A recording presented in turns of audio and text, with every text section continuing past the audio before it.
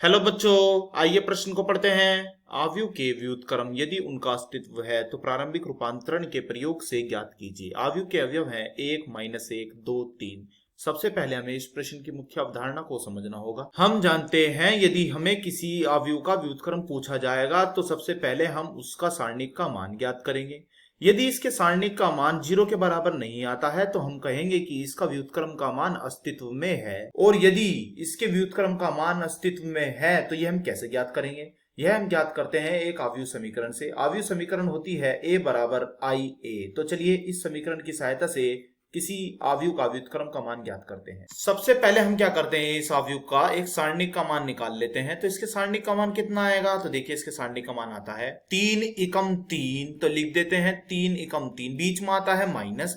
फिर क्या आएगा? सबसे पहले हम इसके सारणिक का मान ज्ञात करते हैं। तो इसके सारणिक का मान कितना आएगा? इसके सारणिक का मान आएगा 3 एकम 3। तो लिखते हैं 3, फिर आता है बीच में माइनस। फिर कितना आएगा? -1 गुणा 2 यानी कि माइनस का 2। तो अब हम देख रहे हैं इस 3 में से हमें यह घटाना है माइनस का 2।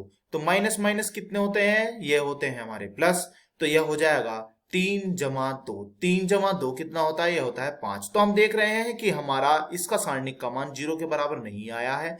तो हम कह सकते हैं कि इसके व्युत्क्रम का मान अस्तित्व में है। अब हम इसके अस्तित्व का मान ज्ञात करने के लिए वह समीकरण लिख देते हैं। समीकरण थी हमारी a बराबर आई ए। अब यहाँ हम क्या करते हैं, इस a के स्थान पर वह आव्यूह का मान रख देते हैं। तो आव्यूह क्या था? आव्यूह था 1, फिर -1, फिर नीचे क्या था? नीचे था 2, 3। तो लिख देते हैं नीचे 2, 3। अब यहाँ हम देख रहे हैं बराबर में है हमारे आई क्या है? आई है हमारा इकाई आव्यूह। इकाई आव्यूह वह आव्यूह होता है जिसके विकर्ण में तो होता है 1, बाकी बचे हुए अवयव इसके होते हैं हमारे 0। तो इसके स्थान पर हमने लिख दिया 0 अर्थात 0। बचा क्या? बचा है हमारा a। इसे हम ऐसे उतार देते हैं क्योंकि हमें इसका व्युत्क्रम ज्ञात करना है। अब हम यहाँ क्या करते हैं? अब हम यहाँ पर R2 में बदलाव करते हैं। किस तरह से कि लिखते हैं R2 -2 गुणे R1। तो यह हमें क्या मिलेगा? तो यह हमें कुछ इस प्रकार मिलने जा रहा है। R1 को ऐसे लिखा रहने देते हैं क्योंकि इसमें हमने कोई बदलाव नहीं किया। R2 में बदलाव किया है। तो किस तरह से? R2 ऐसे ही माइनस, फिर आता है 2 R1, R1 यानी कि 1। अब आगे अब है माइनस का 1, नीचे कितना आएगा? 3 -2 R1, R1 यानी कि माइनस का 1। अब हम इस दूसरे आव्यूह में जाते हैं। तो इस आव्यूह में क्या क्या है? R1 को ऐसे ही R2 को बदलना था। तो R2 को किस तरह से? 0 -2 R1, R1 यानी कि 1। फिर इधर क्या आएगा? 0 ऊपर है, नीचे है 1, 1 -2 गुणे R1, R1 यानी कि 0। साथ में क्या चल रहा है? साथ में हमारा एक आएगा हमारा ऊपर, नीचे क्या आएगा? नीचे आएगा हमारा, जब 2 में से 2 जाएंगे तो यह हो जाएगा हमारा 0। तो इसके स्थान पर हो गया 0। अब इधर क्या आएगा?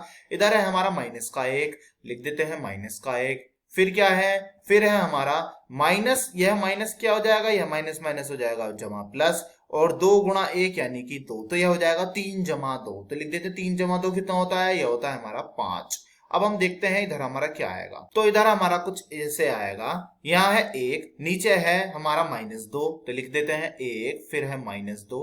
फिर इधर क्या है? इधर हमारा 0, फिर आएगा नीचे 1। तो लिख देते हैं 0, फिर आएगा नीचे 1, और साथ में है हमारा a। अब हम क्या करते हैं? अब हम R1 में बदलाव करते हैं। किस तरह से कि ऐसे लिखते हैं इसको, 5 की गुणा कर देते हैं R1 में और इसमें जोड़ देते हैं हम R2। तो अब ये हमें क्या मिलेगा? तो ये हमें मिलेगा R1 की गुणा करनी है 5 में यानी कि 5 एकम 5, जमा इसमें R2 जोड़ देनी है यानी कि 0। नीचे क्या है? 0। अब इधर चलते हैं -1, इसमें करनी है 5 की गुणा, जमा R2 जोड़ दीजिए, R2 है हमारी 5। नीचे क्या है? नीचे भी है हमारा 5। बराबर में आप दूसरा अवयव लिखते हैं। यह अवयव क्या हो जाएगा?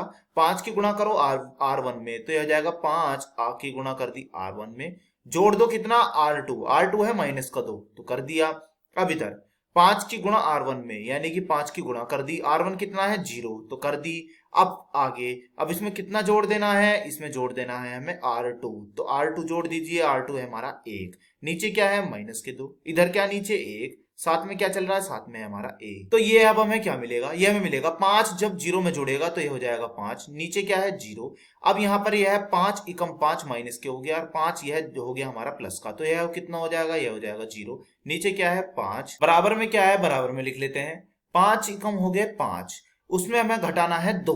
तो यह हो जाएगा हमारा 3। नीचे क्या है? -2। इधर क्या आएगा? 5 में 0 की गुणा करेंगे तो 0, और उसमें 1 जोड़ दीजिए तो 1। नीचे क्या है 1, साथ में क्या है a। तो हम इसे पुनः लिख लेते हैं। ये हमें क्या मिला, तो यह हमें मिला है 5, फिर 0, फिर 0, फिर 5, और हमारे बराबर में दूसरा अवयव क्या है, हमारा दूसरा अवयव है 3, 1 -2, फिर 1 और साथ में है। अब हम यहाँ क्या करते हैं, अब हम यहाँ पे R1 में बदलाव करते हैं। किस तरह से कि R1 बटा 5, और साथ के साथ हम यहाँ पर करते हैं R2 में बदलाव। किस तरह से कि R2 बटा 5। तो ये हमें क्या मिलेगा, तो ये हमें कुछ इस प्रकार से मिलेगा 5 बटे 5 यानी कि 1, फिर 0, फिर नीचे 0, फिर नीचे इधर 1, बराबर में क्या आएगा, बराबर में हमारे ये आएगा 3 बटा 5, फिर 1 बटा 5, फिर -2 बटा 5, फिर 1 बटा 5, और बराबर में क्या है, इसके साथ है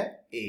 तो हम देख रहे हैं यह हमारा क्या बन चुका है, यह हमारा बन चुका है इकाई अवयव। यहाँ से हम इसके व्युत्क्रम का मान ज्ञात कर लेंगे। तो इसके व्युत्क्रम का क्या मान आएगा, इसके व्युत्क्रम का मान हमारा आएगा 3 बटा 5, 1 बटा 5, -2 बटा 5 और 1 बटा 5। तो यही हमारे इस प्रश्न का उत्तर हुआ। आशा करता हूं यह प्रश्न आपको समझ में आया होगा। धन्यवाद।